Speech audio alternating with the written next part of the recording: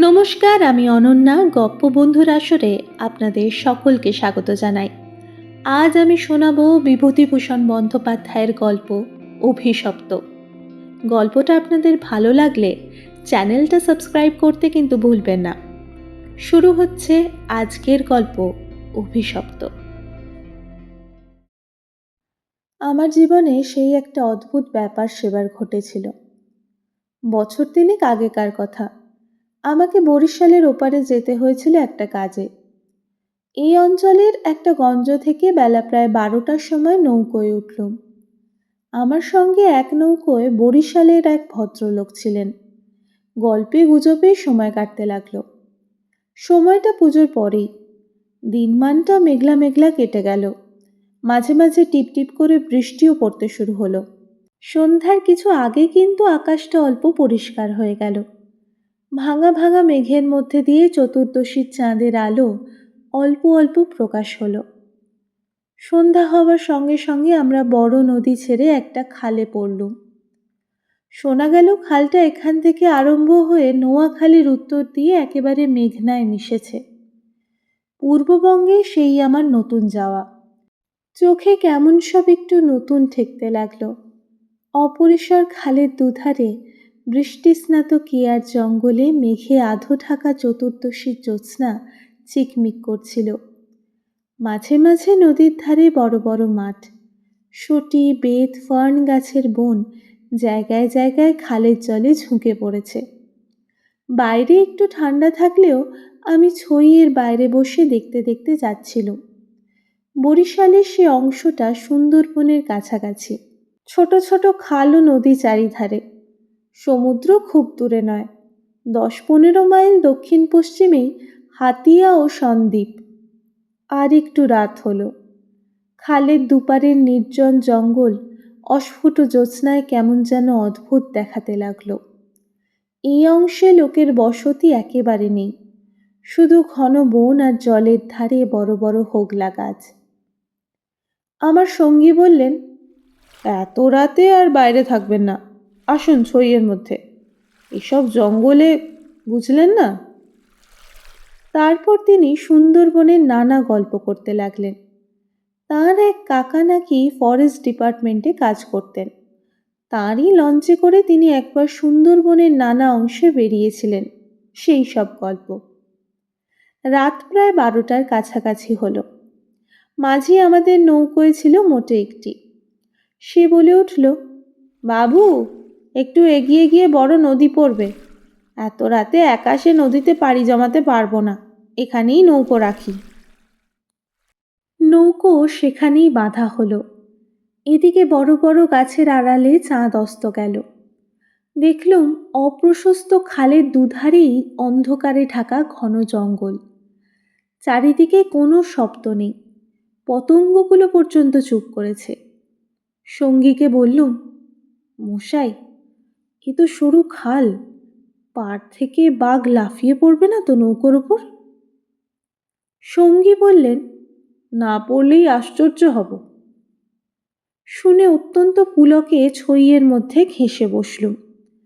খানিকটা বসে থাকবার পর সঙ্গী বললে, আসুন একটু শোয়া যাক, ঘুম তো হবে না, আর ঘুমানো ঠিকও না। আসুন একটু চোখ বুজে থাকি।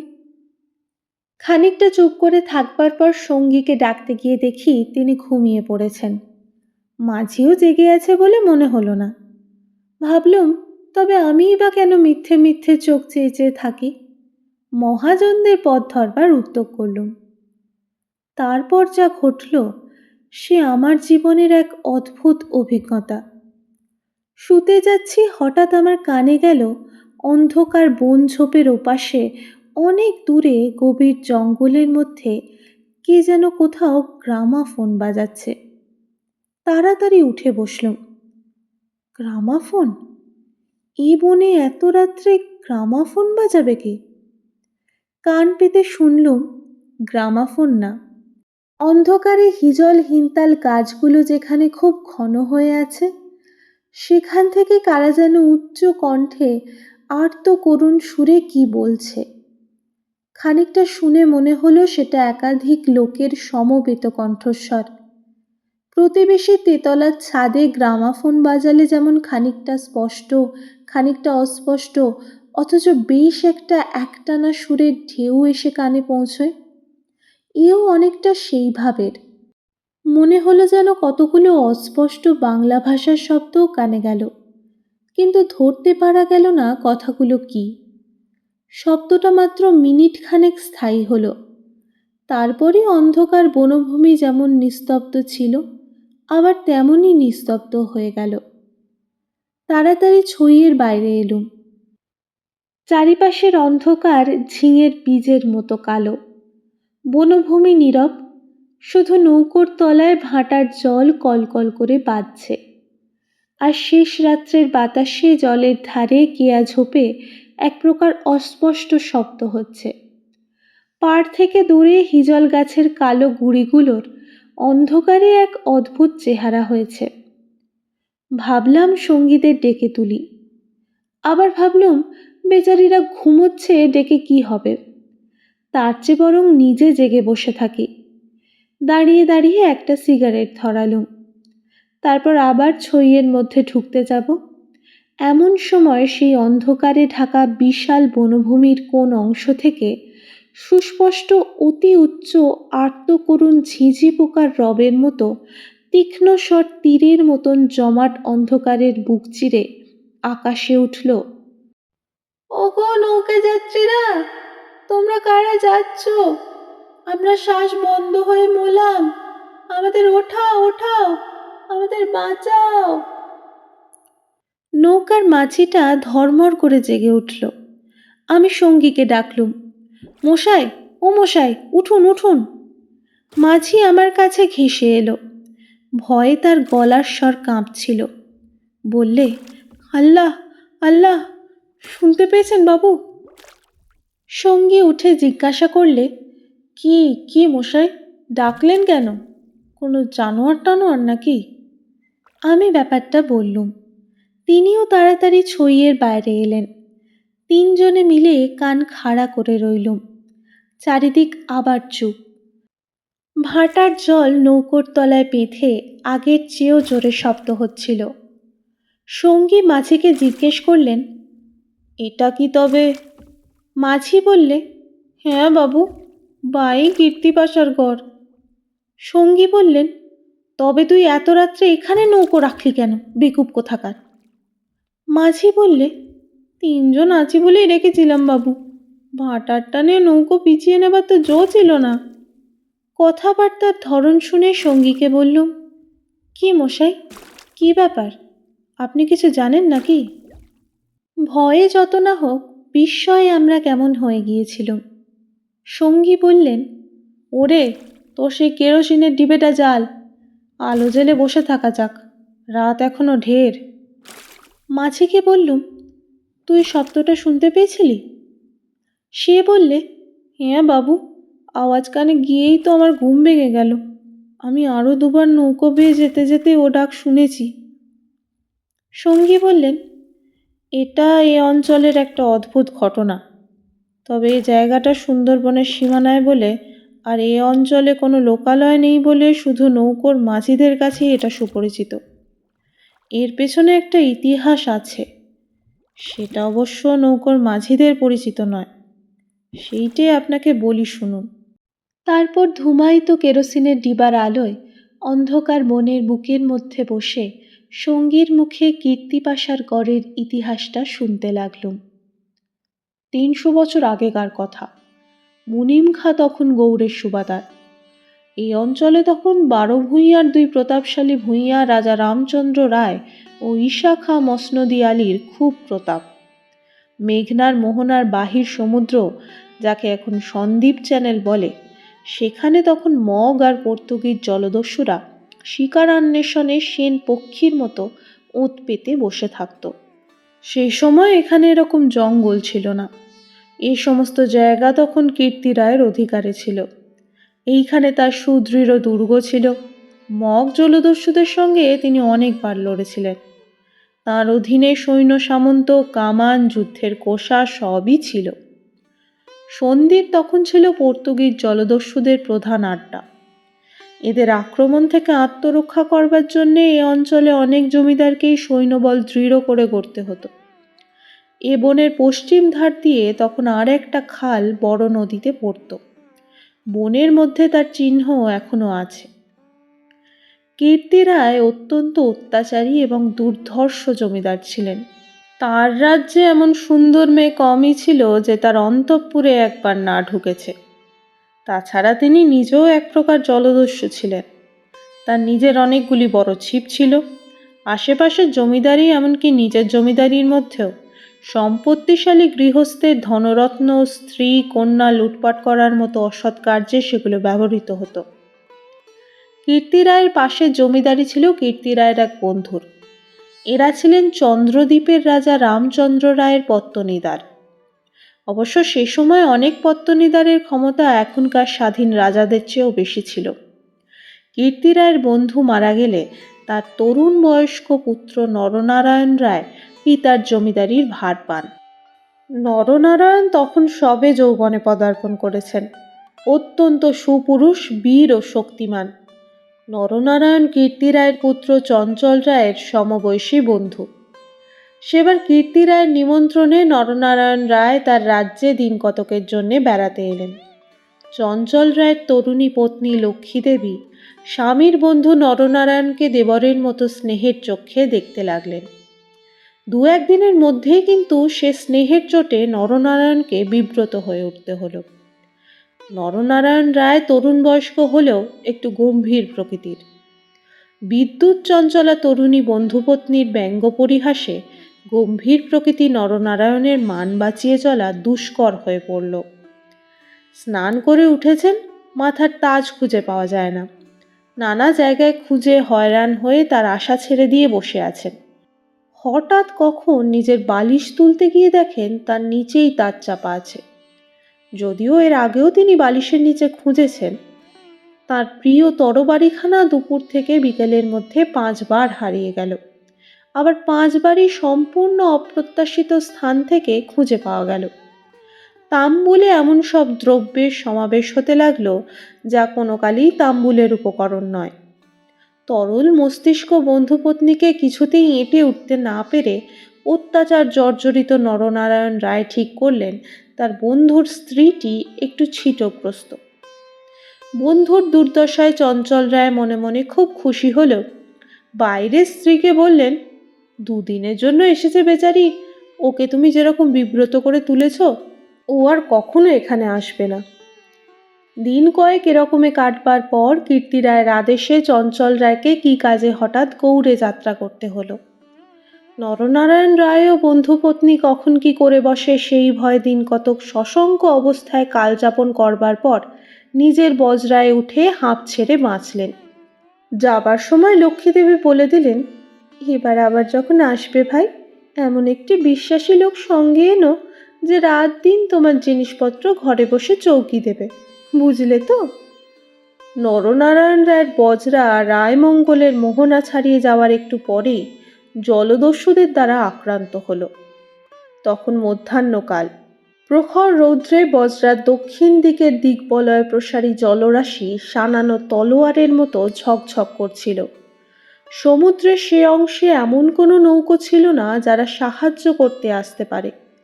সেটা রায়মঙ্গল আর কালাবদর নদীর মুখ।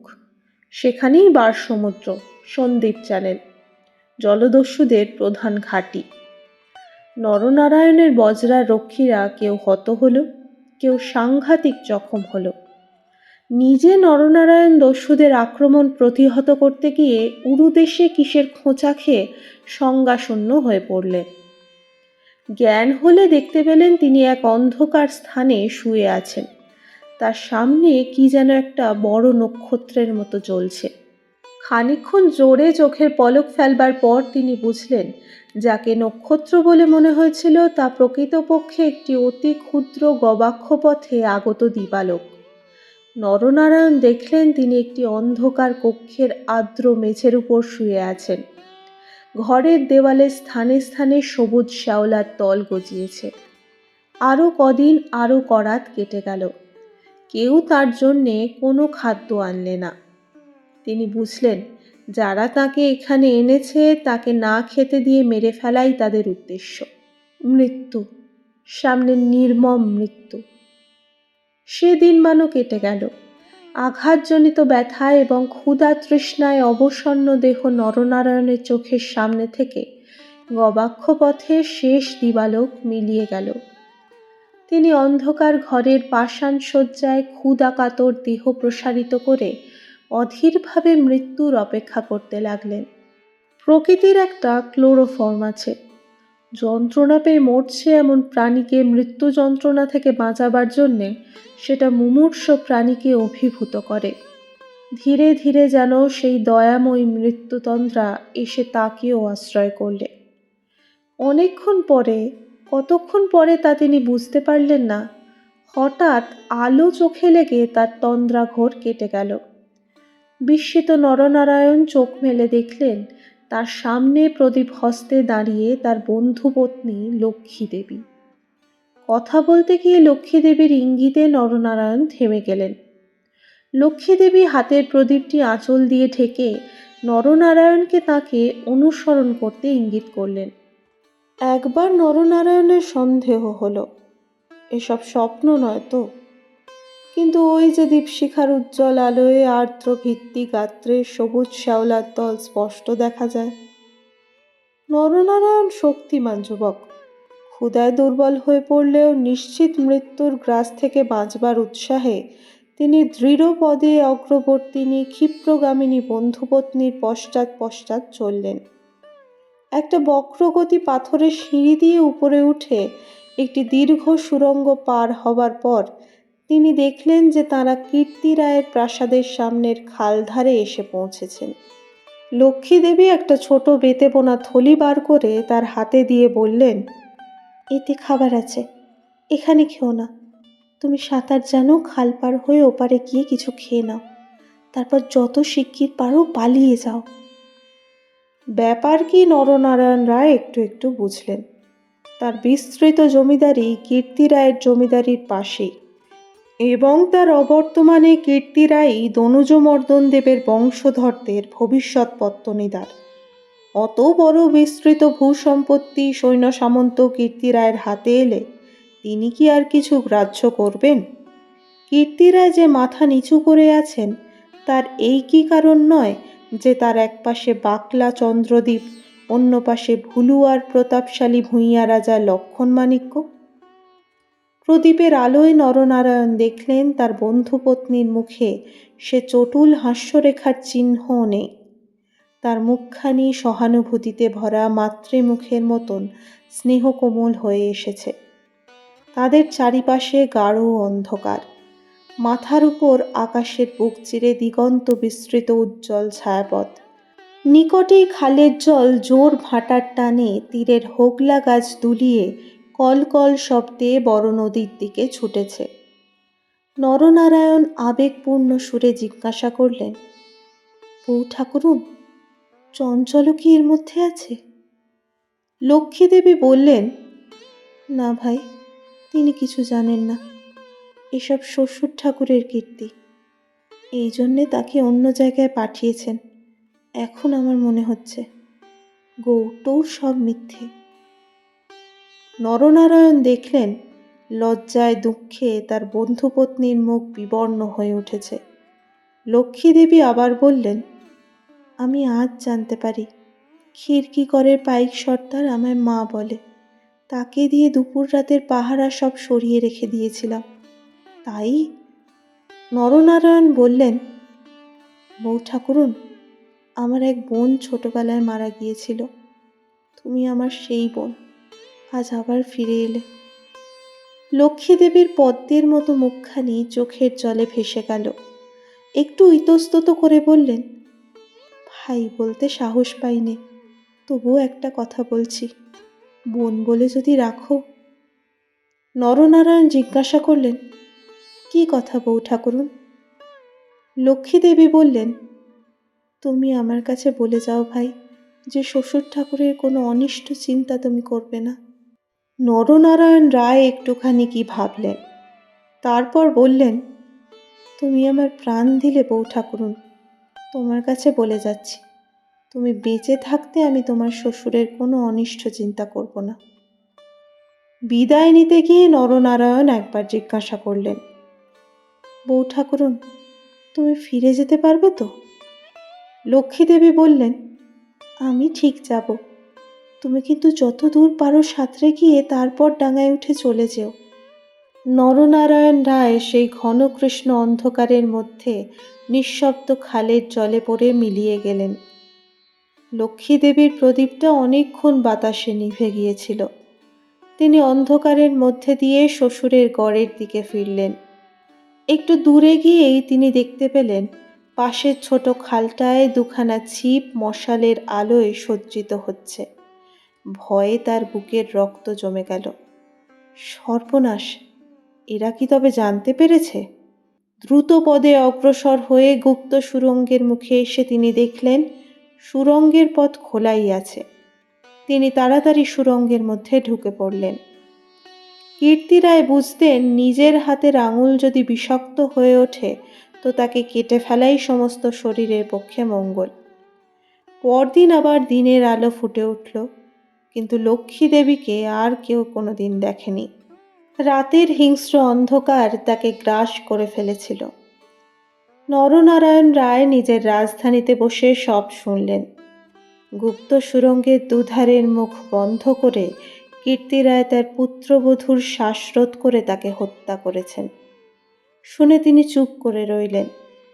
এর কিছুদিন পরে তার কানে গেল বাসুন তার লক্ষণ রায়ের মেয়ের সঙ্গে শীঘ্র চঞ্চলের বিয়ে। সেদিন রাত্রে চাঁদ উঠলে নিজের প্রাসাদ শিখরে বেড়াতে বেড়াতে চারিদিকে শুভ্র সুন্দর আলোয় সাগরের দিকে দৃষ্টিপাত করে দৃঢ়চিত্ত নরনারায়ণ রায়েরও চোখের পাতা যেন ভিজে উঠল। তার মনে হলো তার অভাগিনী বউ ঠাকুরনের হৃদয় নিঃসারিত নিষ্পাপ অকলঙ্ক পবিত্র স্নেহের ঢেউয়ে সারা জগৎ ভেসে যাচ্ছে। মনে হলো তারই অন্তরের শ্যামলতায় জ্যোৎস্না ধৌত বনভূমির অঙ্গে অঙ্গে শ্যামল সুন্দর শ্রী। নীরব আকাশের তলে তাঁরই চোখের দুষ্টু হাসিটা তারায় তারায় নবমল্লিকার মতো ফুটে উঠেছে। নরনারায়ণ রায়ের পূর্বপুরুষেরা ছিলেন দুর্ধর্ষ ভূমধ্যিকারী দস্যু। হঠাৎ পূর্বপুরুষের সেই বর্বর রক্ত নরনারায়ণের ধমনীতে নেচে উঠল। তিনি মনে মনে বললেন, আমার অপমান আমি একরকম ভুলেছিলাম বউ ঠাকুরন, কিন্তু তোমার অপমান আমি সহ্য করব না কখনো। কিছুদিন কেটে গেল। তারপর একদিন এক শীতের ভোর রাত্রির কুয়াশা কেটে যাওয়ার সঙ্গে সঙ্গে দেখা গেল কীর্তি রায়ের গড়ের খালের মুখ ছিপে সুলুপে জাহাজে ভরে গিয়েছে। তোপের আওয়াজে কীর্তি রায়ের প্রাসাদ দুর্গের ভিত্তি ঘন ঘন কেঁপে উঠতে লাগল। কীর্তি রায় শুনলেন আক্রমণকারী নরনারায়ণ রায়, সঙ্গে দুরন্ত পর্তুগিজ জলদস্যু সেবাস্টিও গঞ্জালভেস। উভয়ের সম্মিলিত বহরের 40খানা কোষা খালের মুখে চড়াও হয়েছে। পুরা বহরের বাকি অংশ বাহির নদীতে দাঁড়িয়ে। এই আক্রমণের জন্য কীর্তি রায় পূর্ব থেকে প্রস্তুত ছিলেন। কেবল প্রস্তুত ছিলেন না নরনারায়ণের সঙ্গে গঞ্জালভেসের যোগদানের জন্য। রাজা রামচন্দ্র রায় এবং রাজা লক্ষণ মাণিক্যের সঙ্গে গঞ্জালভেসের কয়েক বৎসর ধরে শত্রুতা চলে আসছে। এই অবস্থায় গঞ্জালভেস যে তাদের পত্তনিদার নরনারায়ণ রায়ের সঙ্গে যোগ দেবে, এ কীর্তি রায়ের কাছে সম্পূর্ণ অপ্রত্যাশিত ঘটনা। তাহলেও কীর্তি রায়ের গড় থেকেও তোপ চলল। গঞ্জালভেস সুদক্ষ নৌবীর। তার পরিচালনে 10খানা সুলুপ চড়া ঘুরে গড়ের পাশে ছোট খালে ঢুকতে গিয়ে কীর্তি রায়ের নওয়ারার এক অংশ দ্বারা বাধাপ্রাপ্ত হল। গড়ের কামান সেদিকে এত প্রখর যে খালের মুখে দাঁড়িয়ে থাকলে বহর মারা পড়ে। গঞ্জালভেস দুখানা কামানবাহী সুলুপ ছোট খালের মুখে রেখে বাকিগুলো সেখান থেকে ঘুরিয়ে এনে চড়ার পিছনে দাঁড় করালো। গঞ্জালভেসের অধীনস্থ অন্যতম জলদস্যু মাইকেল রোসারিও ডি ভেগা এই ছোট বহর খালের মধ্যে ঢুকিয়ে গড়ের পশ্চিম দিক আক্রমণ করবার জন্যে আদিষ্ট হল।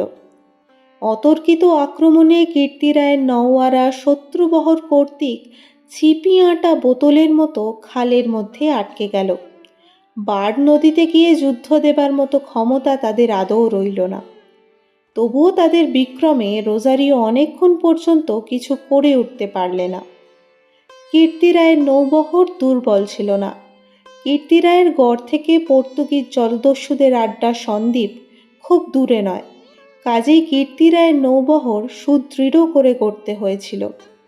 বিকালের দিকে রোজারিওর কামানের মুখে গড়ের পশ্চিম দিকটা একেবারে হুমড়ি খেয়ে পড়ে গেল। নরনারায়ণ রায় দেখলেন প্রায় ৩০খানা কোষা জখম অবস্থায় খালের মুখে পড়ে। কীর্তি রায়ের গড়ের কামানগুলো সব চুপ। নদীর দুপার ঘিরে সন্ধ্যা নেমে আসছে। ঊর্ধ্বে নিস্তব্ধ নীল আকাশে কেবলমাত্র এক ঝাঁক শকুনি কীর্তি রায়ের গড়ের উপরে চক্রাকারে ঘুরছে। হঠাৎ বিজনমত্ত নরনারায়ণ রায়ের চোখের সম্মুখে বন্ধুপত্নীর বিদায়ের রাতের সন্ধ্যার পদ্মের মতন বিষাদ ভরা ম্লান মুখখানি, কাতর মিনতিপূর্ণ সেই চোখ দুটি মনে পড়ল। তীব্র অনুশোচনায় তার মন তখনই ভরে উঠল। তিনি করছেন কি? এই রকম করে তিনি তার স্নেহময়ী প্রাণদাত্রীর শেষ অনুরোধ রাখতে এসেছেন। নরনারায়ণ রায় হুকুম জারি করলেন, কীর্তি রায়ের পরিবারের এক প্রাণীরও যেন প্রাণহানি না হয়। একটু পরেই সংবাদ এলো, গড়ের মধ্যে কেউ নেই। নরনারায়ণ রায় বিস্মিত হলেন। তিনি তখনই নিজে গড়ের মধ্যে ঢুকলেন। তিনি এবং গঞ্জালভেজ গড়ের সমস্ত অংশ তন্ন তন্ন করে খুঁজলেন। দেখলেন সত্যিই কেউ নেই। পর্তুগিজ বহরের লোকেরা গড়ের মধ্যে লুটপাট করতে গিয়ে দেখলে মূল্যবান দ্রব্যাদি বড় কিছু নেই। পরদিন দ্বীপ্রহর পর্যন্ত লুটপাট চলল। কীর্তি রায়ের পরিবারের এক প্রাণীরও সন্ধান পাওয়া গেল না। অপরাহ্নে কেবলমাত্র দুখানা সুলুক খালের মুখে পাহারা রেখে নরনারায়ণ রায় ফিরে চলে গেলেন। এই ঘটনার দিন কয়েক পরে পর্তুগিজ জলদস্যুর দল লুটপাট করে চলে গেলে কীর্তি রায়ের এক কর্মচারী গড়ের মধ্যে প্রবেশ করে। আক্রমণের দিন সকালেই ওই লোকটি গড় থেকে আরও অনেকের সঙ্গে পালিয়েছিল। ঘুরতে ঘুরতে একটা বড় থামের আড়ালে সে দেখতে পেলে একজন আহত মুমূর্ষু লোক তাকে ডেকে কি বলবার চেষ্টা করছে। কাছে গিয়ে সে লোকটাকে চিনলে। লোকটি কীর্তি রায়ের পরিবারে এক বিশ্বস্ত পুরনো কর্মচারী। তার মৃত্যুকালীন অস্পষ্ট বাক্যে আগন্তুক কর্মচারীটি মোটামুটি যা বুঝলে তাতেই তার কপাল ঘেমে উঠল। সে বুঝলে কীর্তি রায় তার পরিবারবর্গ এবং ধনরত্ন নিয়ে মাটির নিচের এক গুপ্ত স্থানে আশ্রয় নিয়েছেন এবং এই লোকটি একমাত্র তার সন্ধান জানে। তখনকার আমলে এই গুপ্ত গৃহগুলি প্রায় সকল বাড়িতেই থাকত এবং এর ব্যবস্থা এমন ছিল যে বাইরে থেকে কেউ এগুলো না খুলে দিলে তা থেকে বেরুবার উপায় ছিল না। কোথায় সে মাটির নিচের ঘর তা স্পষ্ট করে বলবার আগেই আহত লোকটি মারা গেল। বহু অনুসন্ধানেও গড়ের কোন অংশে সে গুপ্ত গৃহ ছিল তা কেউ সন্ধান করতে পারলে না। এই রকমে কীর্তি রায় ও তার পরিবারবর্গ অনাহারে তিলে তিলে শ্বাসরুদ্ধ হয়ে গড়ের যে কোন নিভৃত ভূগর্ভস্থ কক্ষে মৃত্যুমুখে পতিত হলেন তার কোনো সন্ধানই হলো না। সেই বিরাট প্রাসাদ দুর্গের পর্বত প্রমাণ মাটি পাথরের চাপে হতভাগ্যদের সাদা হাড়গুলো কোন বায়ুশূন্য অন্ধকার ভূকক্ষে তিলে তিলে গুঁড়ো হচ্ছে কেউ তার খবর পর্যন্ত জানে না। ওই ছোট খালটা প্রকৃতপক্ষে সন্দ্বীপ চ্যানেলেরই একটা খাঁড়ি। খাঁড়ির ধার থেকে একটুখানি গেলে গভীর অরণ্যের ভিত কীর্তি রায়ের গড়ের বিশাল ধ্বংসস্তূপ এখনও বর্তমান আছে দেখা যাবে। খাল থেকে কিছু দূরে অরণ্যের মধ্যে ২-৭ প্রাচীন বকুল গাছ দেখা যায়। এখন এ বকুল গাছের মধ্যে দুর্ভেদ্য জঙ্গল আর শুলো কাঁটার বন। তখন এখানে রাজপথ ছিল। আর খানিকটা গেলে একটা বড় দিঘি চোখে পড়বে। তারই দক্ষিণে কুচো ইটের জঙ্গলাবৃত স্তূপে অর্ধপ্রথিত হাঙরমুখো পাথরের কড়ি, ভাঙা থামের অংশ, ১২ ভূঁইয়াদের বাংলা থেকে, রাজা প্রতাপাদিত্য রায়ের বাংলা থেকে বর্তমান যুগের আলোয় উঁকি মারছে। দিঘির যে ইষ্টক সোপানে সকাল সন্ধ্যায় তখন অতীত যুগের রাজবধূদের রাঙা পায়ের অলকত্বক রাগ ফুটে উঠত, এখন সেখানে দিনের বেলায় বড় বড় বাঘের পায়ের থাবার দাগ পড়ে। গোখরো কেউটে সাপের দল ফনা তুলে ঘুরে বেড়ায়। বহুদিন থেকেই এখানে একটা অদ্ভুত ব্যাপার ঘটে থাকে।